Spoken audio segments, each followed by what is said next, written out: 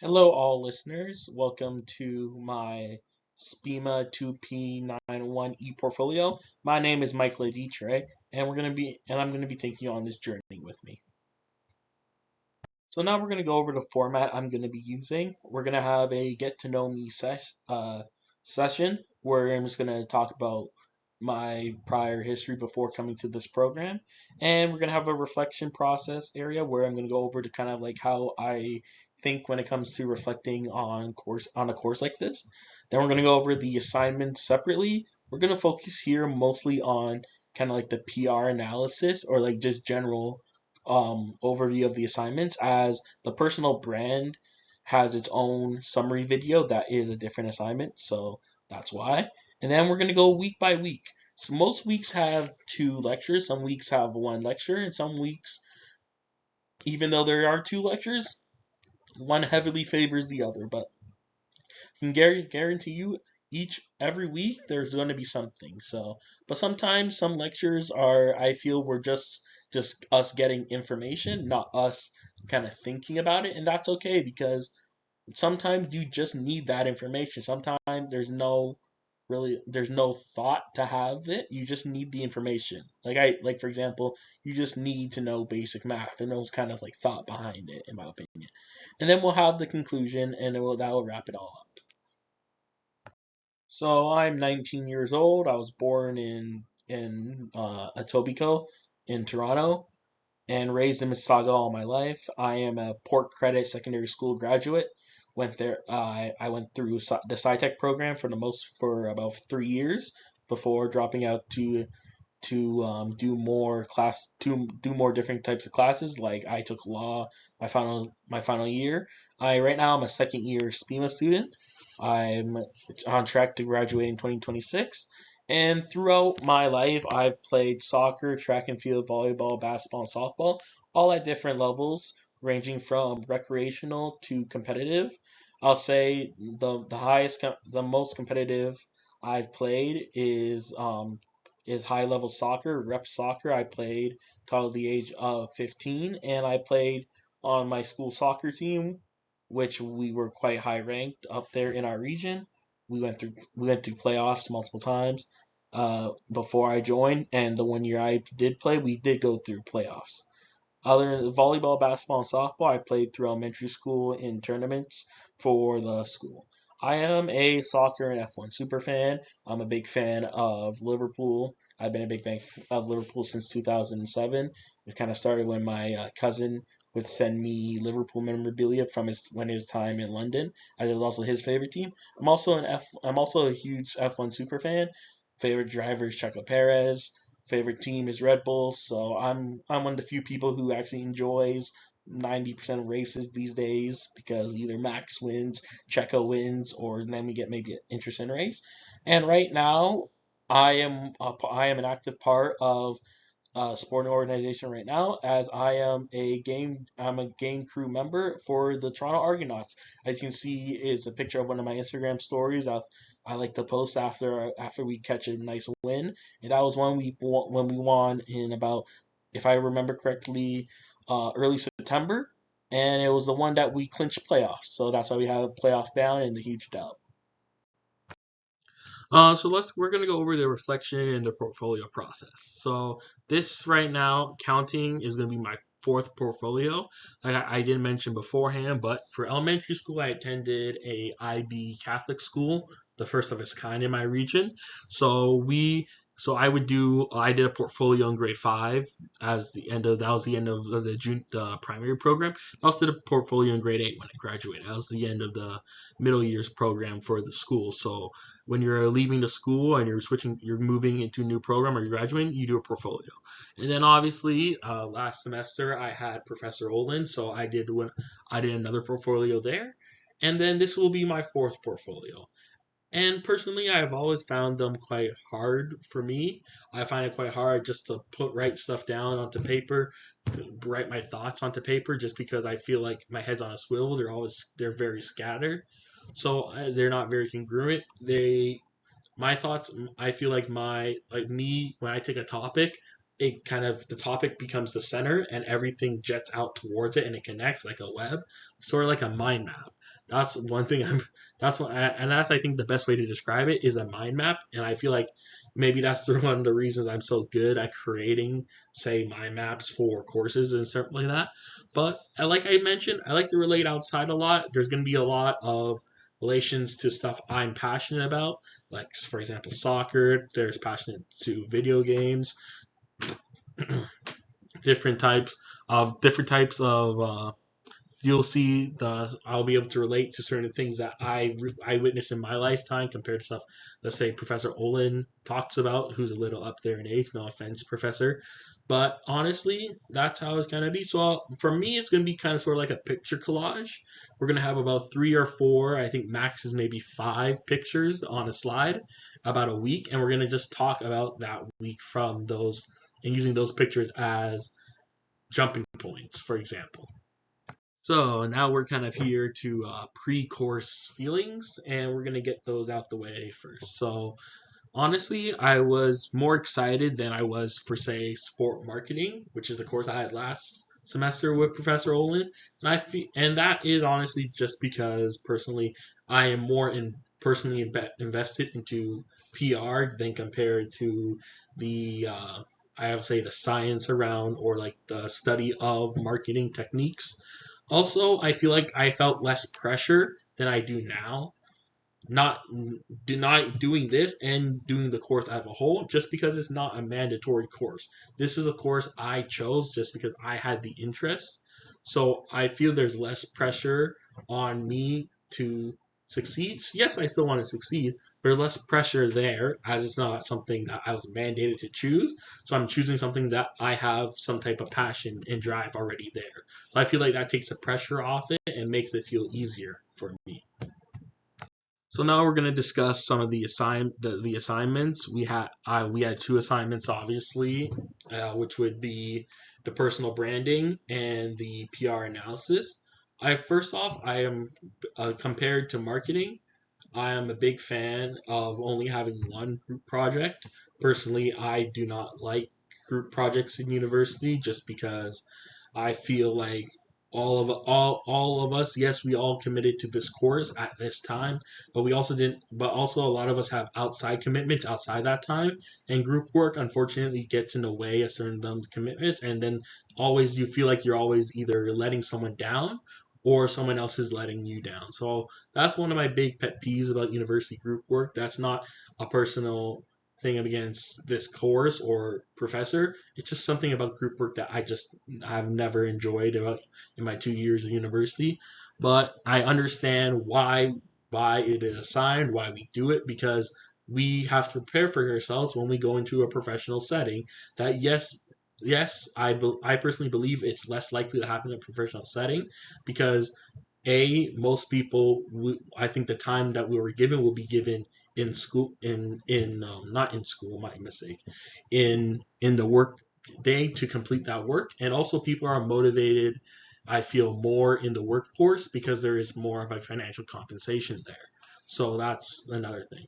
But other than that, both assignments I enjoyed thoroughly. Just the premise of it, either analyzing yourself, your own personal brand, or analyzing PR strategies that a person, sports organization use in the past to handle transgressions in a crisis.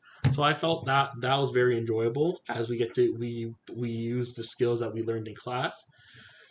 For PR, what really caught my eye personally for me, since we what we did was the SMU football scandal, one of the which is significant as it's the only Division I football program in the history of the NCAA to receive the death penalty. So looking back on certain things that, say, certain people did and like the university did was very interesting because I'm also mentally in my head I'm already comparing it to, say, what they would have done now, or comparing it to more recent scandals like, say, that stuff we saw in Baylor in the mid 2000s, or at Penn State in the early not in the mid 2000s, in the mid 2010s, or at Penn State in the early 2010s that we saw in that scandal. So I was comparing it like to stuff that I consider modern as compared to what they were doing, because the SME scandal, the punishment came down in 1987, which is almost which is almost 40 years ago. So that is quite a time and quite a time jump. So as for the personal brand video, I really liked the idea of looking inwards, and also you looking inwards through by doing self surveys and looking and seeing those results. So and then also the SWOT analysis of yourself is honestly a great way to look at your own brand. I never honestly thought of that. I always thought the SWOT analysis is more of is not something that you can do on yourself just because of the bias. But if you get past the initial struggle that you might have with the bias and be open with yourself, you can very easily see where you can, since you can obviously see your strength. It's the hardest thing is to see your weaknesses, and I feel like that is a great thing that the personal branding project forces you to do. There's obviously I'll go into depth in that in the other video for the personal branding project, but that's my take on the assignments that we were assigned. So the first week one was the first week of class, obviously. So I was coming into this, I already knew the professor. But even if you weren't coming into this, the vibe you will get off Professor Olin, I feel that Professor Olin gives is very welcoming, and it's quite a welcoming space, and the introductions are is very helpful. He also gives you the information you need at at the time, which is lovely. He doesn't dump all the assignment information that all the assignment information that is most likely you're gonna forget when you need it 3 weeks down the road on you in the first like 10-15 minutes, which is something I respect and I like very much. So the first presentation was more housekeeping. Then we got into um, media. What is media? That was the big first question, and how you define it. I personally define media as literature and programming that is created to entertain or inform personally. And then we also get into some quotes about media, which one of them was sports and mass media has a symbiotic relationship where the popularity of both entities have been traced by codependency. So I resonate with that quote very much just because of easily if you track the evolution. I think that one of the easiest things to track is the evolution of the ways we consume media and with the rise of media. So like you go from the radio, we go to the box black and white TV, and then you see as the more revenue gets pushed into sport, which is most likely from more people watching, we go from box TV to color TV to 1080p, 4K, stuff like that, to where we are now, and that kind of shows that kind of resonates with that quote where it has the codependency is there. As the sports rose in North America, so did, say, for example, technological advancement, and it's right there with media. So um, and then he goes on to even mention the television and radio were the two technological advancements that very helped sports and media. So that was the big two things I pulled away from those lectures, and that's something that I always kept in my brain throughout the year. Then we went to the second week one lecture, which was on the Friday, and that was something. This is what I was expecting personally coming into it, is like going over what PR is, which is what like the first slide we went over, which is great, which is what's public relations, problem solving, changing opinions, and increased intent in creating a favorable opinion. I feel like that summarizes that quite easily. If a kindergarten asks you what PR is, or like a fifth grader, that's the response I feel like I would give. That's a response that is easy and and easy to look at and easy to understand. And we also went into like what's the difference between PR and marketing, which is another big issue, which is another big thing that I like, because people, I can understand how some people might say they're the same or they might compare it to, but there is a clear difference in my opinion. So and then we also went into some techniques that are used, which I obviously relate to because these techniques are something we see every day. We see stuff like publicity, media relations, sponsorship, word of mouth, third party endorsements, stuff like that, all be used by not even sports organizations, just organizations in general. For example, over the past few months, I feel like one place that you can see PR working overtime is Boeing. Boeing over over the semester, I would say, has had horrible PR due to incidents with their planes. So we see the PR division of Boeing working overtime. I'm pretty sure we see the CEO speaking out. We see media releases. We see um, trying we see stuff like that. Publicity trying to negate the bad publicity coming from that stuff. And then we also see stuff and we see practices too, like different ways that you get information out to media. Getting information out to media isn't just here just calling up a media department and giving them that. Sometimes it's letting stuff leak out, strategic leaking, stuff like that. That's one thing that came to mind when it came to getting information out to media.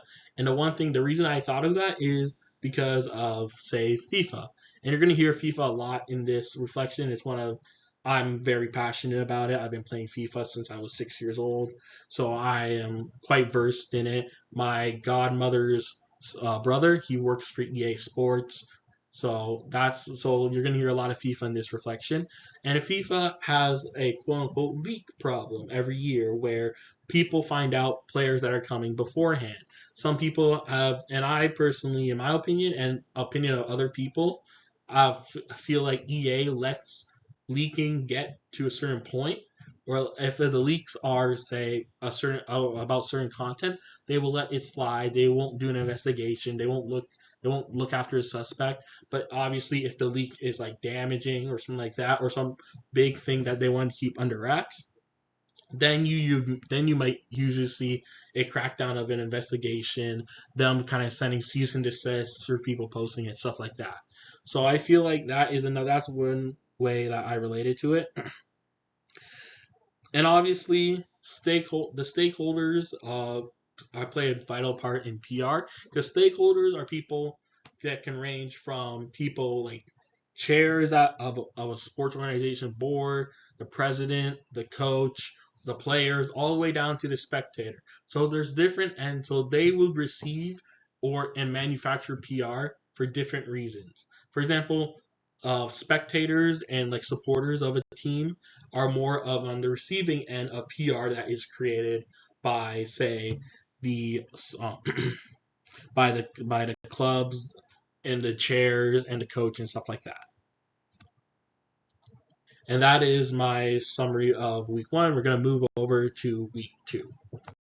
Okay, we're gonna welcome to week two of our reflection. This week was on the topic of branding, very much general and personal.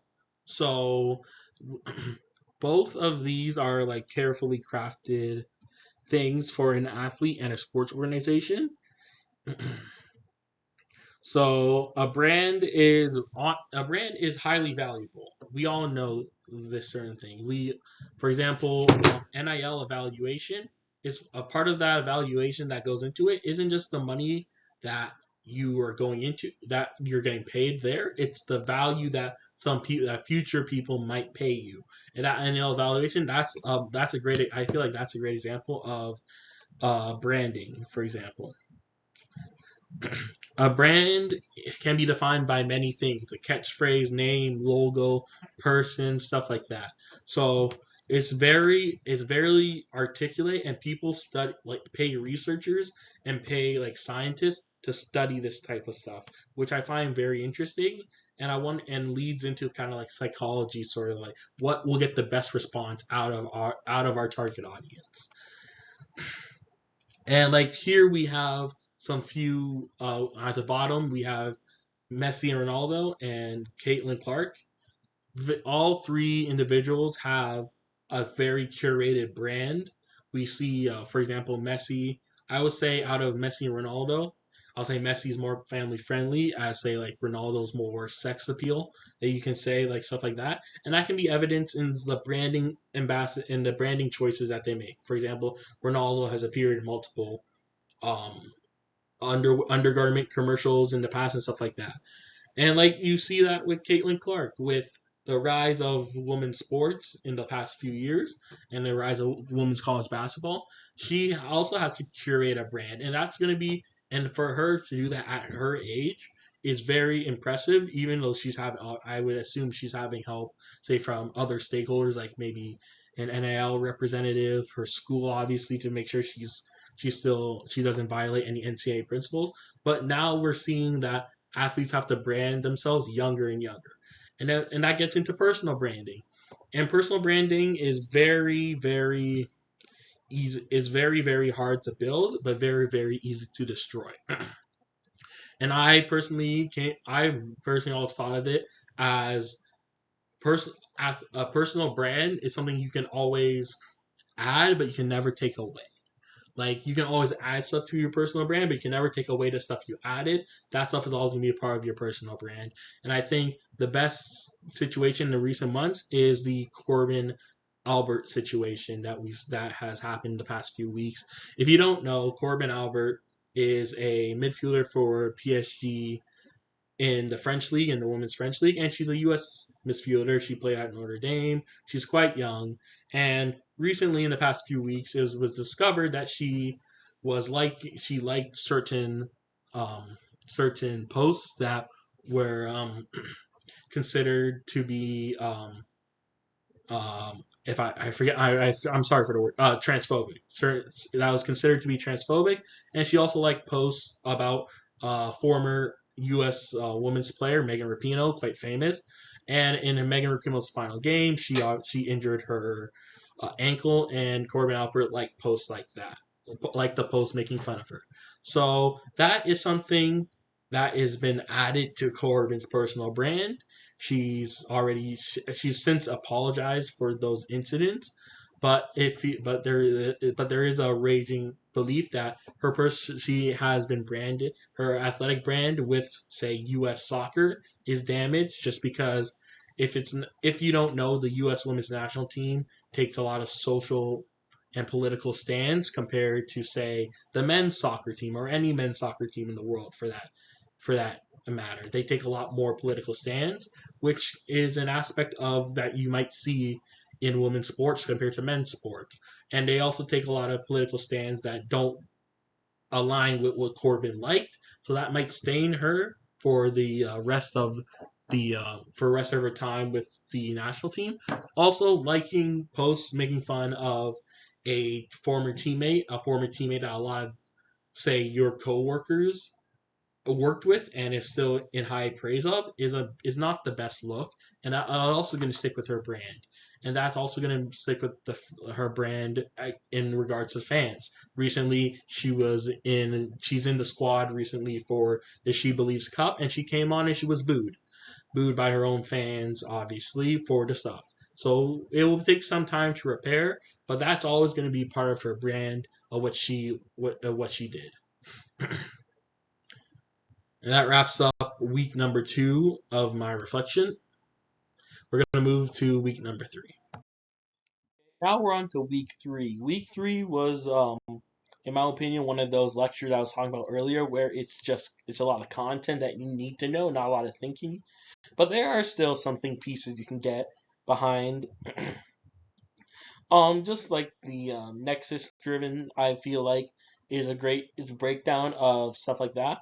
I didn't really understand convergence. I feel like that's the one I had to have the least knowledge of, and I feel it wasn't explained the best. But I feel like globalization is one of the good way to is one of the biggest ones to look into because I feel like it's the most important.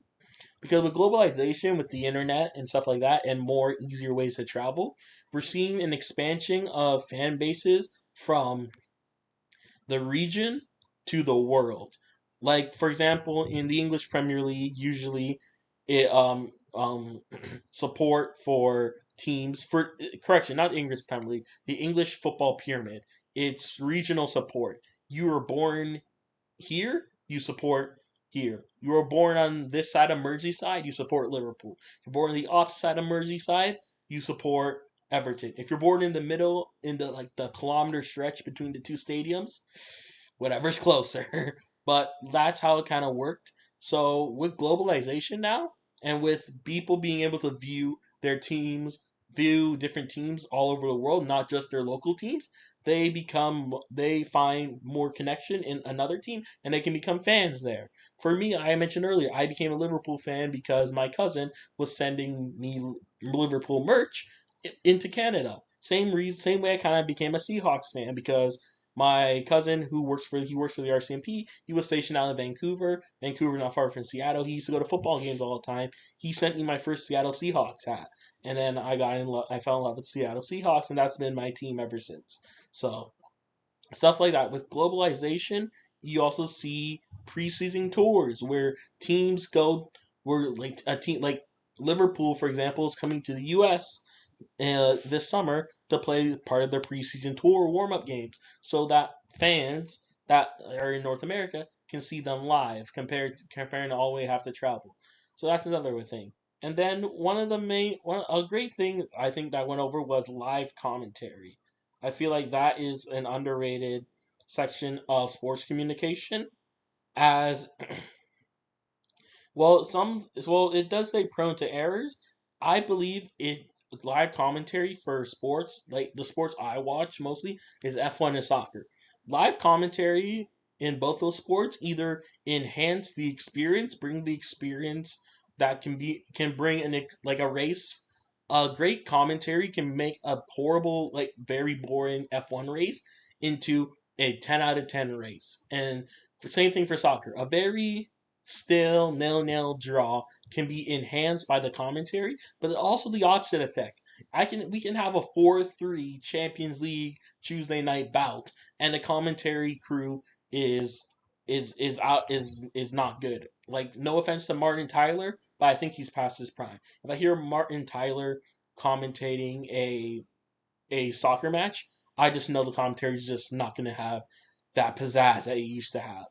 But like someone like Peter Drury, Peter Drury is known as the GOAT just because of the way he can articulate words. People compare him to like of Shakespeare, and that enhances anything that's already happening on the pitch. Another thing is sports text in a way of unification. I feel like the use of we and the sports, it recruits audience and has the power to unite. That's a big thing for me. The power to unite is a major thing. And the examples he gives is 2004 Greece, the underdog that won the Euros. And right beside it, I have personally my favorite video just because I'm pretty sure somewhere in that big crowd in Toronto all those years, almost 14 years ago, you will find me and my dad. I remember when Ghana beat the U.S. to become the third African country to reach the quarterfinals.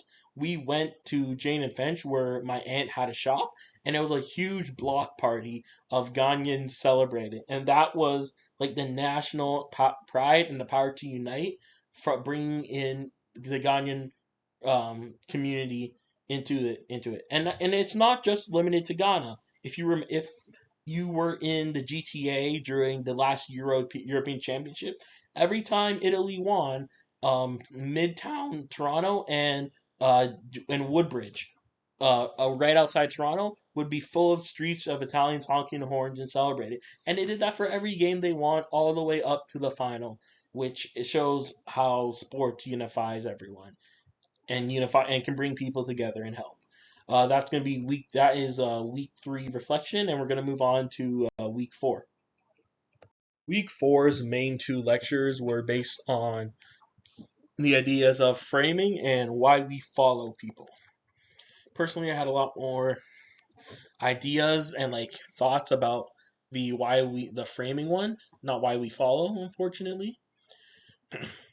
And that's kind of related to commentary, which we saw in the last one as well. So the top right here, the one that reads sportscasters view themselves as neutral agents. I disagree with that in today's sense as neutral agents personally, just because while sportscasters maybe back in the day when sports just started, where people who were neutral, as they had no allegiances to teams. As sport has grown and as we have become a bigger community, we've also seen a lot more of, say, retired former professional athletes venture into sports commentary, which is fine. They have an expertise that many of us do not have. Like one of the major criticisms, say for example, someone like Stephen A gets that he never played professional sports, and that's why some people like to navigate towards people like JJ Redick, who, well, yes, people may not agree with his opinions always, but his opinions are coming from someone who's played, say, for the sport, for example, basketball, at the highest level. Same reason why same reason people disregard the likes of Skip Bayless, for example. That's why people say can favor more with Shannon Sharp. You might not agree, in my opinion, you might not always agree with Shannon, but Shannon's coming from a place of expertise that Skip isn't. And that's why I feel like that's another reason I feel like certain sportscasters, their opinions are more respected than other sportscasters, just based on the fact that they come from a place of expertise. And you can argue that's right or wrong. I side personally that it's right. You have the expertise. You should take precedent, in my opinion. That's how it works in academia, and I don't see why it can't translate over to sport. I That doesn't mean the other opinions should not be heard, but I think some should take precedent over the others. Another the comprehension of the Olympics. In the top left, it's the use of media frames ubiquitously essential to the comprehension of Olympic television production and nuance therefore. So that's a major thing, and that's a major thing in what events that are selected. During the Olympics, yes, CBC streamed all Olympic events for the countrywide see for free, but CBC also has primetime shows that run during the time of the Olympics. And for example, while yes, soccer is the most popular sport in the world, if Canada's not qualifying, they're more likely to show, say, McNeil in the pool doing qualifying for the final than, say, a soccer match between, say, Nigeria and Mexico. So that's another thing. It's not because if we went off statistics alone, the most popular sport in the world versus swimming, most likely the most popular sport in the world would win. But more Canadians would feel more connected to, say, someone like Maggie McNeil. So, and then my only commentary was, say, on literature review. The only commentary I had for the why we follow was the literature review comparison between that's one thing I found quite interesting was the comparison between Weibo um and Twitter, for now known as X. I still call it Twitter. I'm sorry Elon, but I Twitter and Weibo basically are the same thing. Basically, the idea is the same, but the functionality is very different. For example, one of the major differences is the expression of political ideas on, say, Twitter, for example, which is full of them, and compared to Weibo, which isn't. It's not as prevalent, and people can I assume personally that has more something to do with the cultures of China and the U.S., for example. And due to that, there is a more of a culture. It's more culturally normal in the U.S. to share your political opinions all over your social media. We see that with our athletes, for example, who range for a lot of political opinions. We see LeBron James. We saw that a lot in the NBA during Black Lives Matter. We saw that with the China controversy, with certain people in the NBA voicing their political opinions. We have seen that in the NFL, where it's become memes for it's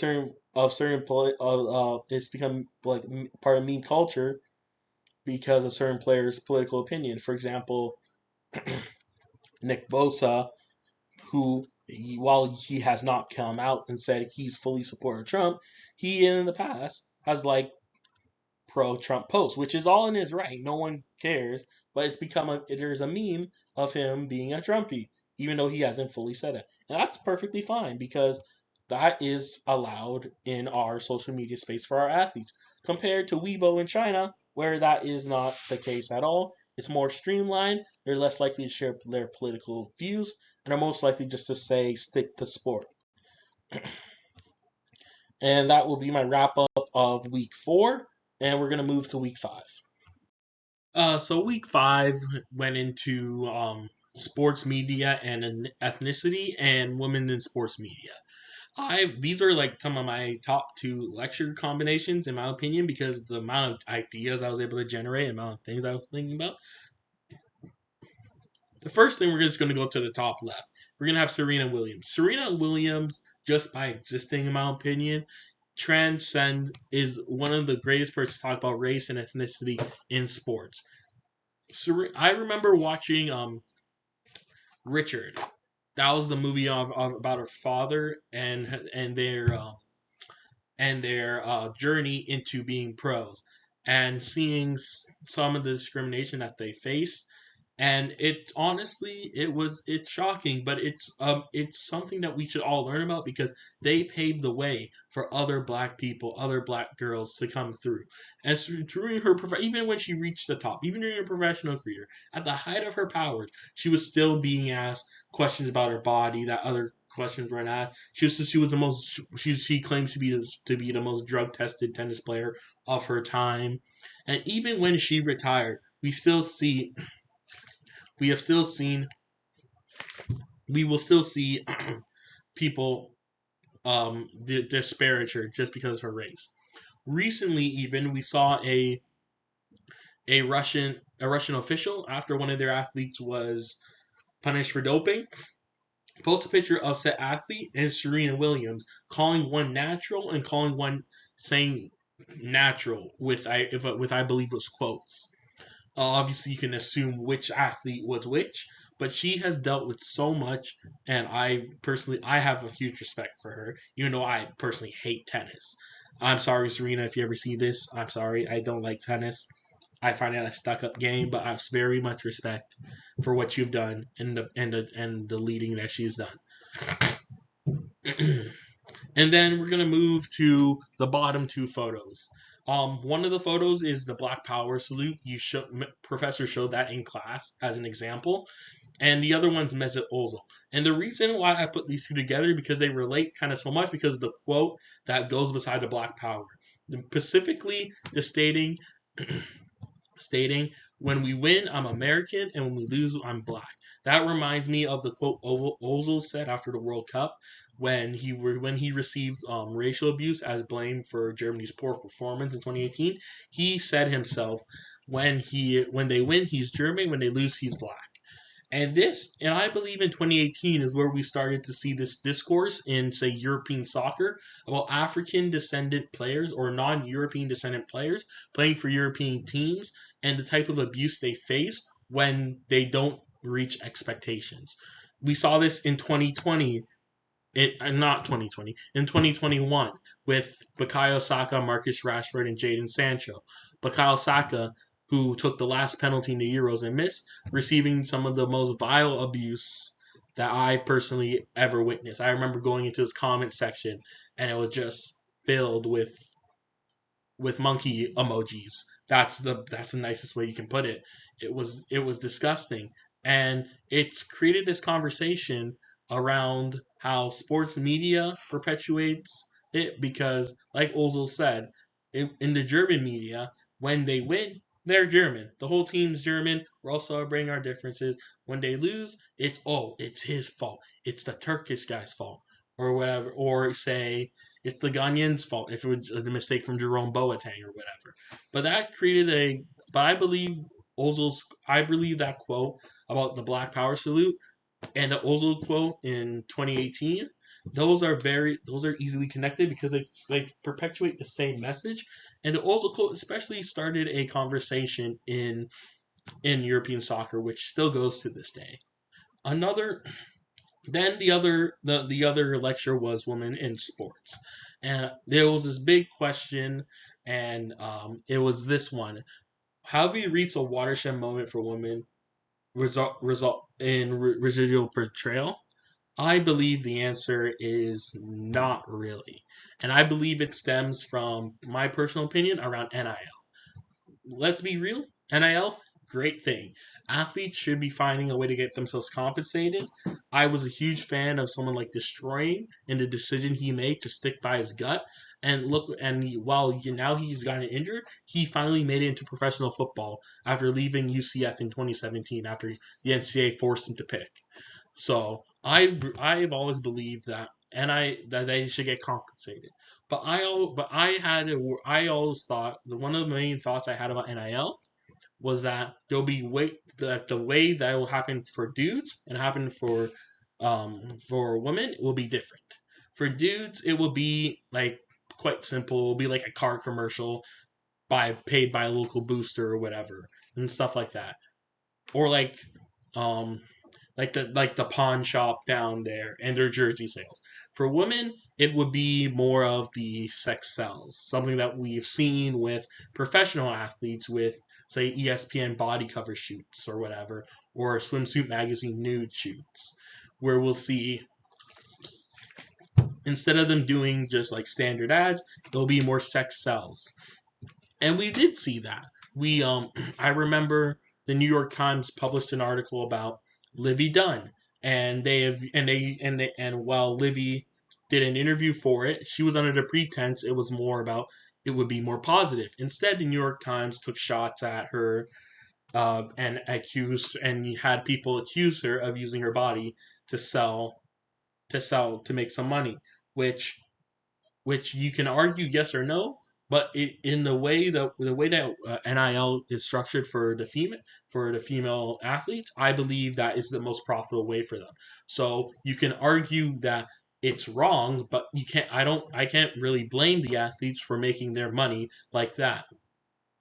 Also, I don't blame sort of sports organization because with the introduction of NIL, literally modeling agencies for sportswear just found a whole new set of models that aren't professional, that have no experience. So that means they have no kind of like financial structure or whatever, and they can pay them significantly less, and they'll be happy.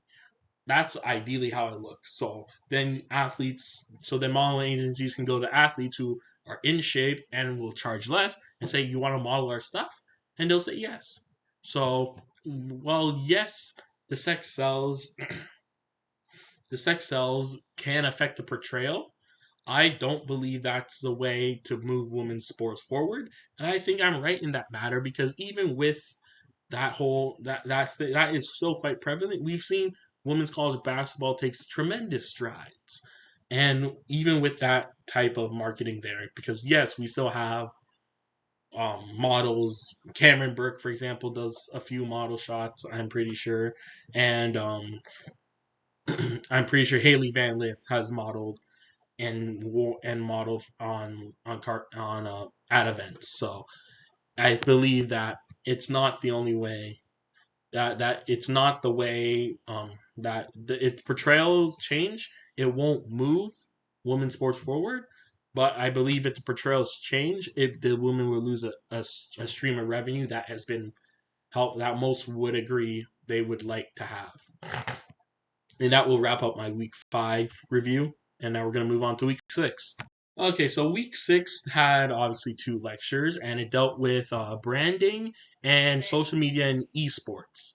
And personally, most of this reflection is going to be dealing with esports. So I'm going to get the personal branding stuff out the way first. So personal branding, the advantages and the brand equity, I thought it was a consistency, attributes, identification, quality, and value. And that's stuff that the person itself or their team is going to have to identify and help. And that keeps with the brand equity, which was perceived quality, strong brand association, and high brand loyalty. And looking back on that, this is more like one of those information lectures where we're getting that information that we're going to need to use in the future. If, say, we're helping athletes or helping organizations create branding, but I feel like that's valuable information. overall, this class was one of the classes I feel like I used the most when it came to my personal branding assignment because of the ideas that since most of the time for us personally, our personal brand, I believe for most of my classmates and me included, is going to be online. It's going to be on places like LinkedIn, Instagram. That's where we're going to be networking and creating our connections, I believe. So now I'm going to move on to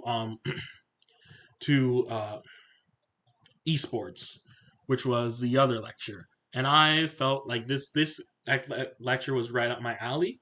And personally, I really reflected on the third space idea. The third space, which I only recently heard like the term, but it kind of makes sense. It's kind of like the place outside your home or like work and school where you hang out with other people. And I feel like it as I grew older, that third space kind of gone. Like none of my buddies kind of want to just go to the park. Maybe like we go play soccer on like a pitch, but that's not like going to the park on the swings or something like that. But you know what? I realized that replaced that third space was video games, was esports, was Twitch and streaming. So as you see, I relate heavily just because I've joined a major third space. Like I've joined major third spaces online, and I've created an environment with other people. As you can see, the guy there's a picture of a guy on the left. That is Teddy127. He's a streamer, and he's a FIFA streamer and a FIFA trader. And I've been watching Teddy for the past 5 years. I've subscribed for about 2 years, and I am part of his Discord. And in that Discord community, we all the FIFA players there get talk strategy, trading, how to make coins, how to sell coins, stuff like that, how we play FIFA. So we all have a community. We all have a third space that we all cultivated together, and that's why I have my FIFA team as that photo right there. So it is and he's not the only one. There's massive amounts of streamers that create environments for themselves. That is the third space that's the new digitalized third space that we will see in our futures. So I think that's pretty cool. I've never kind of saw it like that, but it kind of all makes sense, and people are happy to be a part of something. They always want that community, and people find community in different places, and now people are finding community online through streaming and esports. That's gonna wrap up week 6, and we're gonna move on to week 7. Week 7 brings my most favorite lecture, in my opinion, that Professor Olin did, which was Transgressions in the Me Too Era. But first, we're going to go over the other lecture, which is PR Communications. PR Communications felt like a normal SPMA lecture, just giving you the content and certain ways to apply it. Not a lot of thinking stuff. Basics. It was honestly quite basic. It was some of the stuff that we did in SPMA 1P94, which is honestly a great refresher. It's always good to have refreshers of previous courses so you don't lose the information. What did catch my eye though, and what made me kind of think a little, was the globalization aspect. It obviously in that slide it says the sports orgs rely on the community around them, and due to globalization, that community is expanding, and they're able to pull from other communities and other regions and around the world. And that got me thinking about how that could affect the original community. Like for example, if they're trying to find employees from outside the community, that is less jobs going to that community and to people that are coming into that community, for example. So that could have an effect, and also it can also have an effect if, say, the sports organization is like a team, for example, and they shift their focus from satisfying their community fans to trying to attract more fans due to globalization. That can turn off some local fans and create disdain, seeing that they're not being prioritized, seeing that they are the ones that held up the club, for example. You see that a lot in stuff like English football, for example, where you're seeing teams prioritize globalization because they believe they can get more profit there, while some might neglect their home base team, their home base supporters, which causes discontent. Now we're gonna move on to transgressions in the Me Too era, and I feel like this lecture itself just could have been based on transgressions and deviant behavior, but within the Me Too era, there are so many examples, unfortunately. Even like right before Me Too era, when we had the Ray Rice incident, or like Mason Greenwood, like I have photographed here, or we have Trevor Bauer and stuff like that. Um, a lot of that made me look back and reflect on like the sports I follow and their disciplinary system and how it affects how some of these players react or is punished after committing these acts. Like for example, Mason Greenwood, for the most part, is back to the semi-normal life he lived before 2 years ago in January, where when his girlfriend posted those photos in the clip. He's playing football in Spain.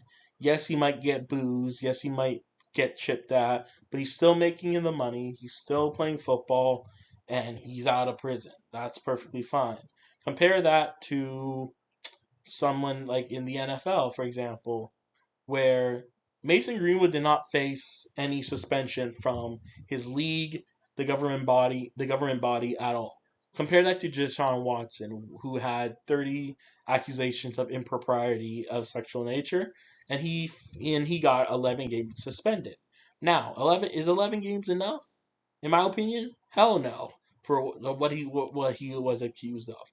But 11 games is more than zero, and that's what he got compared to Mason Greenwood. And then we also see that in normal deviant behavior too. We saw a Ottawa senator receive about half a season, if I'm correct, 41 games for gambling, and we have players like Sandro Tonali and Ivan Toney who receives not different lengths of bans for the same type of behavior. And obviously, certain behaviors are taken more seriously by certain leagues. But what can all be distinguished, in my opinion, is that leagues tend to take certain deviant behavior more serious if it can affect the game. Stuff like Me Too transgressions do not technically affect the game, so they're less taken seriously, in my opinion. But we also see stuff like just normal deviant behavior. That's why I have the people who attack Cam Newton. That that makes them look horrible and that makes Cam look a lot better, in my opinion, when you reflect on it. Initially, that looks bad for Cam, right? It's his camp, and there's people fighting him. But when you look back at the video and you look back at what Cam's trying to do, is trying to bring opportunities to that community in Atlanta, and that's how, say, they repay him. That looks worse on the community because they're less likely for like people like Cam to come back and do that again. Okay, so that's gonna be that was my week 7 um, reflection and review and discussion. We're gonna move on to week 8. Okay, so both week 8 lectures took major focus on women athletes. The first one was on women sports fans and how they're hunting to watch women athletes, and that whole lecture had me thinking of the sports bra. I remember reading about this place. It was a place that only shows women's sporting events. It's a bar basically that only shows women's sports. Only all literally, and I remember hearing about it earlier, like 2 years ago, maybe I think 3 years ago, maybe two, and I was thinking, I don't know if it's going to sustain itself because the only like women's sports personally I watched at the time was a little bit of women's soccer. Everything else was kind of like second nature personally. Everything like college women's basketball, no, like I never watched the NBA in my life. I watched a little bit of say college basketball just because that's what's usually on over the WNBA most of the time, but not really. And like the most the most of the time when people watch women's sports, I personally have found from like people I talk to, my parents, my classmates, it's the Olympics. It's the women weren't always the main draw. It was like the nationalism or like the patriotic nature of seeing your countrymen or women succeed on the world stage. That is changing. And now that's what's taking place, the sports bra. When my research looking for that photo was linked to an art was right beside another one near an article that was talking about how big of a success it was because of March Madness. Now they believe that success is going to carry over to to the WNBA and other sports, and hopefully expand women's women's sports consumerism to the mass public. And another way that they're doing that is through video games. We have seen, and that's relating to two of my pictures here. The picture on the far right is the picture of what I'm assuming is 2K, and the other picture is a picture of FIFA. If I'm is a picture of FIFA is FIFA 19, if I'm correct. And I remember FIFA 19 vividly because of something called The Journey. The Journey was FIFA's attempt of having a story mode, sort of, similar to how 2K has My Career, which is partly a story mode till you get to a certain point. FIFA created a story mode with a main character taken after a British footballer named Alex Hunter, mixed British footballer, and that woman walking out in the U.S. was his half sister, Kim Hunter. And the journey took place over 3 FIFA, so 3 years, from FIFA 17 to 18 to 19, if I remember correct, or if it was 18, 19, 20.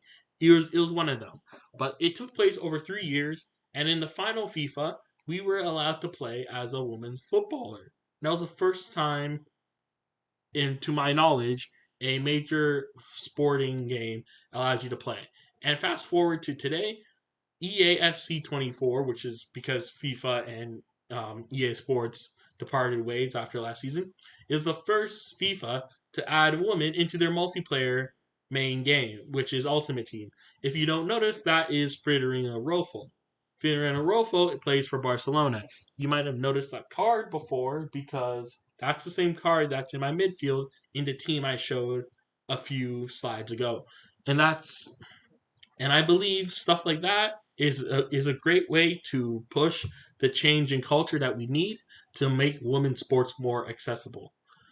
It's because for the most part, the reception to having women's players in the game has been quite positive. Been quite positive from men, it's been quite positive from women, it's been quite positive from everyone. So that's a great way and a great thing to be viewing and a great step forward, in my opinion. And then we move on to the portrayal of women in live sports media. So that's another question. Once women are on the screen, how would they like to be portrayed? That is a big deal. So, and that portrayal has an effect on the viewer because the viewer can form stereotypes off that portrayal. That's why we have always seen. That's why there's more conversation now than ever on the commentary surrounding women's sports, on certain comments that are made. I remember a few weeks ago, Kenny Smith picked up some heat for comments he made during the Sabrina Ionescu and Steph Curry 3-point shooting competition. And we also seen research that indicates that women athletes are more their families, and the fact that they are, say, if they're mothers, that fact that they're mothers or their partners are talked about way more compared to, say, male athletes. And that is a problem of bias because it can create a perception of them being an extension of men, being right connected to them. So that's another thing. So that's basically my wrap up of week 8. Week 8 was very women centric, and we're going to move on to week 9. Week 9 also has one of my favorite lectures in the course, and that is sports video games. But it also has one of my least favorite lectures in the course, which was coping with crisis. I felt that coping with crisis, this was part of like the student-led lecture section of the course that Professor Love, that I love Professor for doing because it lets us direct our learning. And I feel like this should be more of a staple or should be more sprinkled in to the course because I feel like either we already went over some of the stuff that goes over in week 9 or that it's something that should have been a slide in itself in another lecture or we already covered it. So I didn't feel like anything connected to it. It just felt like just information hitting me. I processed it, and some of the processing, I realized, oh, this information is from this lecture, this information from there. So I felt like this lecture was either unnecessary or is something that has to be created better to stand alone more. But sports video games, that one was a great lecture. That one, in my opinion, shows how the sports video game industry and how sports orgs are investing into sports video games. And by proxy, they're investing into esports, something we spoke about earlier. And here on the screen, we see two sports persons who have invested time and stock into esports, both of them being FIFA. Obviously, if you haven't guessed by now, if you hear video games or esports in my reflection, it's gonna be FIFA. So, for example, the team I support, Liverpool, has a player named Diego Jota. Diego Jota is a well-known football player, very good, very good. And one of the things he loves to do in his downtime is play FIFA. He streams FIFA. He streams FIFA. He's worked with EA. He's been to tournaments. He's an ambassador, and that's a great way for him to put his personal brand out there and associate himself with a game that so many people love, and for EA to associate themselves with a player that so many people love and also keeps their image quite clean.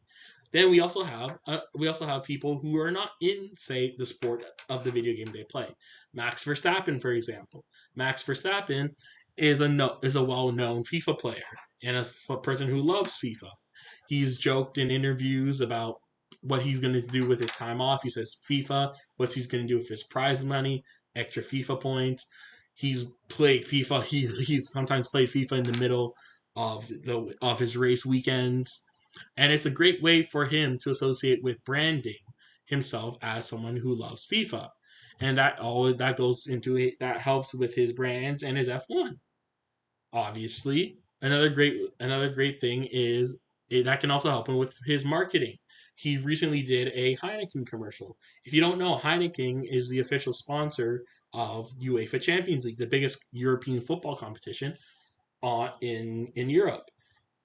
I personally believe that Max Verstappen's voice of support for football and FIFA can have tangible effects into, say, getting a advertisement for the beer that sponsors the biggest football competition on your continent. So, but it also creates the discussion of sports video games of the market. It also creates some new revenue generation discussion and some practices and discussion around revenue generation practices more specifically. That is microtransactions. Microtransactions, if some of you don't know, is is when you buy something inside the game. You don't just when you buy the game and you can buy stuff that's in the game. For example, you can buy FIFA and then you can buy FIFA points in the game where that you can use to buy packs. This is highly controversial because sometimes these microtransactions can be, for example, loot boxes where you don't know what you're going to get, and some people have argued, and some European countries have even argued that microtransactions are a type of gambling. And so, while this is a great revenue stream for the company, being associated with something a deviance, being a sports centric game, being associated with a deviance that's widely condemned in the sports world as gambling could be bad. It could be bad PR. That's going to wrap up week 9. We're going to move on to week 10. The 2 week 10 lectures have to do with when the home team isn't watching, when the home team isn't playing, and media relations. I'm going to get media relations out the way first.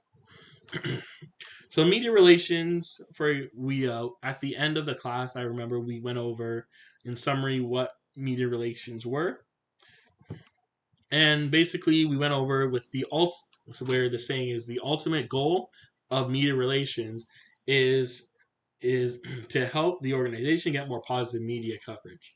And I feel like that is a quite a clear and concise objective for the organization. The organization's goal should always be positive media coverage of itself. But that's not always the goal that the media wants. The media wants is the story. The media wants is a story that's going to interest their viewers to view their articles and stuff like that so they can make revenue. So sometimes those two ideas conflict with each other, obviously, because what's interesting and what's positive is not always the same. Something can be interesting and be negative. And that is the major thing. So for sports organizations, the media is a tool, and in my opinion, should not be a friend. And the same thing can be said in reverse for media organizations. Sports organizations are a tool, not your friend, and are a resource. Correction, not your friend. They're a resource that you pull from to create your stories.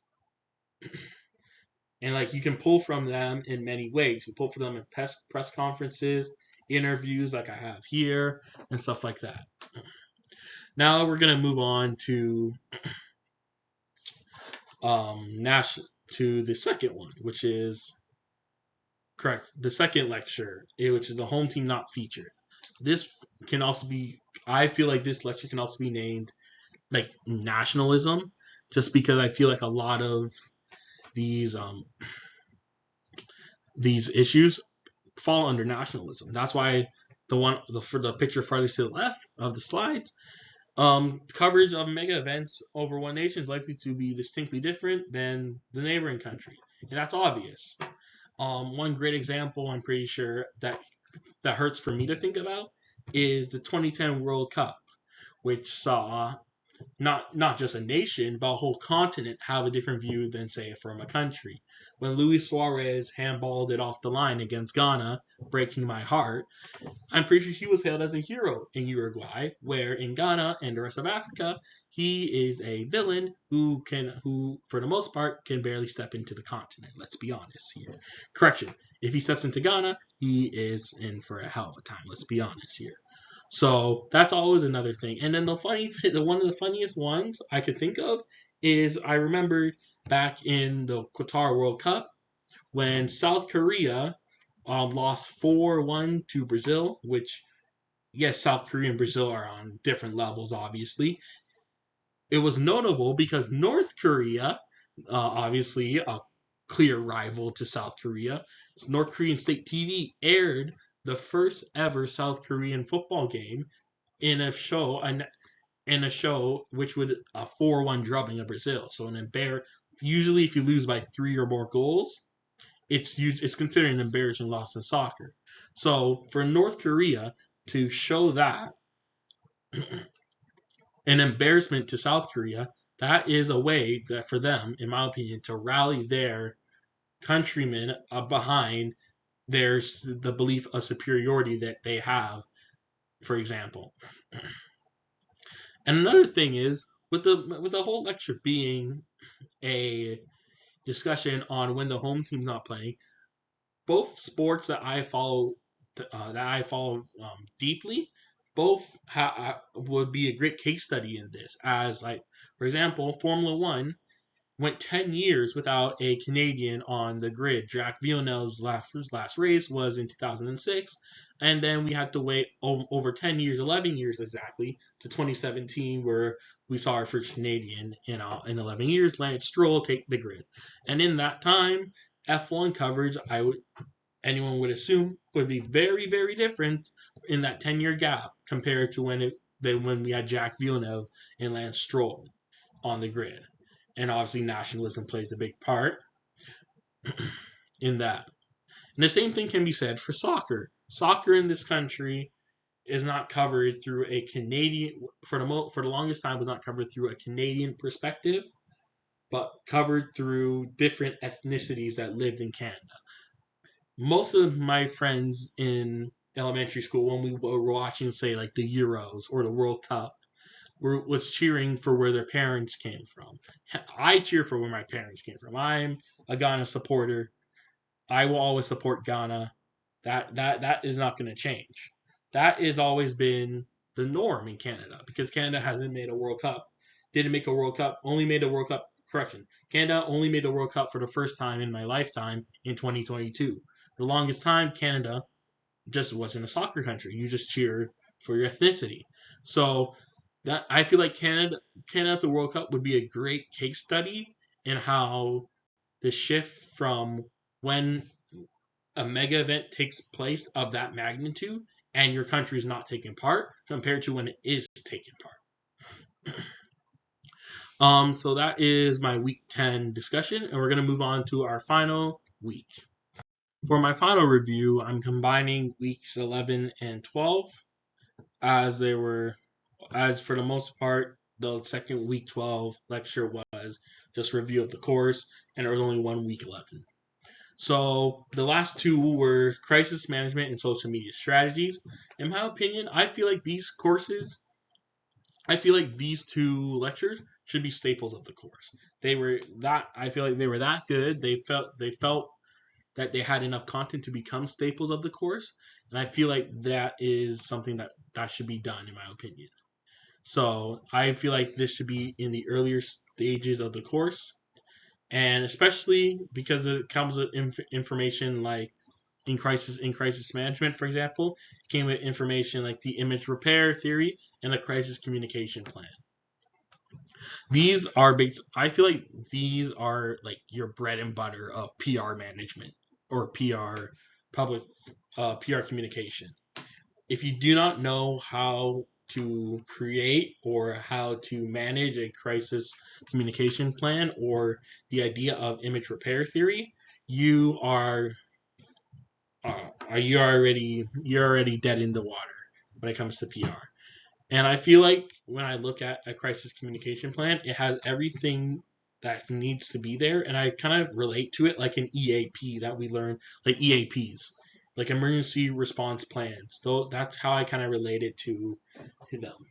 And I feel like a good sports organization, when you is able to look within and create this type of plan before an incident happens.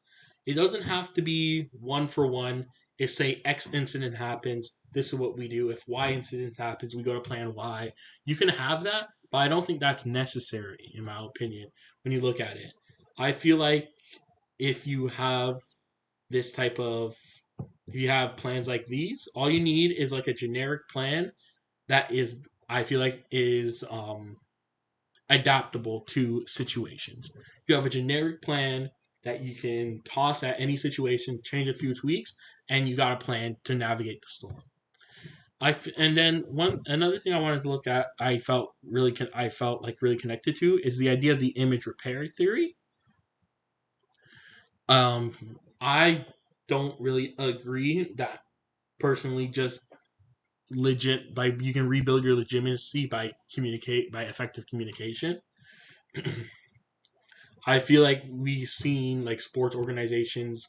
I feel like that is for like minor stuff, but I feel like sports organizations that mess up majorly, communicating isn't going to do anything because no one's going to trust you. Because yes, while trust can be rebuilt, trust can also just stay a pile of bricks after being knocked down. One idea is, say, like, for example, I believe like this image repair theory can work for like the Calgary Flames. The Calgary Flames, if I remember, in late January, said one of their players was on indefinite leave due to mental health. It was later found that player is part of the um, Canadian World Junior 5 that is charged in London, Ontario with um, assault of a female in a hotel room after a banquet. So people felt very hurt and felt very manipulated by the Calgary Flames saying that it was a mental health reason why the player decided to step away from hockey and not a legal reason or just not use mental health. Also, people felt like it stigmatized the mental health by using it for by using it as an excuse for things as serious as that. That I feel while the Flames did screw up, and I feel like this is where the image repair theory comes into play, and they can fix their image by communicating effectively, apologizing, and showing their fan base how they're going to do better. Something that's not where the image repair theory I feel like isn't going to work is something like the NFL. The NFL and its I would say issue with their, I would say, lax punishments for certain behaviors, including and not limited to domestic violence. People don't really believe in the NFL's way of justice, especially, and that came to a head, especially with the Ray Rice incident. Now, usually, whenever the NFL is facing with a domestic violence issue, people debate if it's what type of suspension is going to be. There's no type of precedent. Let's be on. Well, there is. I wouldn't say precedent. There's no type of standard. It can range from what we see is 11 games for Deshaun Watson for someone who's been accused by 30 plus women, as well as Ezekiel Elliott, if I remember, got 6 games for someone who was cleared by Dallas police of his alleged misconduct. He got 6 half the time of a man who is still in active legal battles, if I remember correctly, about his own transgressions. So there's no really standard, and the legitimacy of the NFL when it comes to dealing with issues like issues like that has been severely damaged. Then we move on to the final one, which was social media strategies during the Olympics. Social media and public relations, Twitter, and Olympic followers. My mistake. And the main thing that stuck out to me is the strategies that were laid out that are used on certain social medias. And people might argue why is it different for certain social medias? And that can be down. I believe that's down to multiple things. That includes the type of social media, the type of website, and age.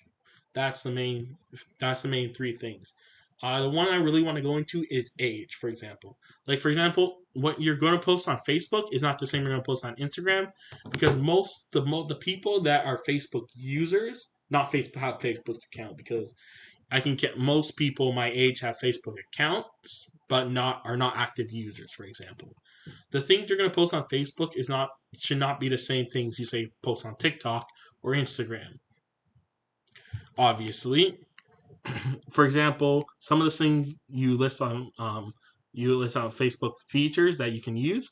You have a page free tool where you can share text, photos, videos, and links, timeline, other features like Facebook Messenger, live, shop, and group, and measurement. Then you have stuff like Instagram, where it's photos, functions like reels, like 60-second videos and videos, Instagram stories, lives, and discoveries. And we've seen how certain generations use different types of social media.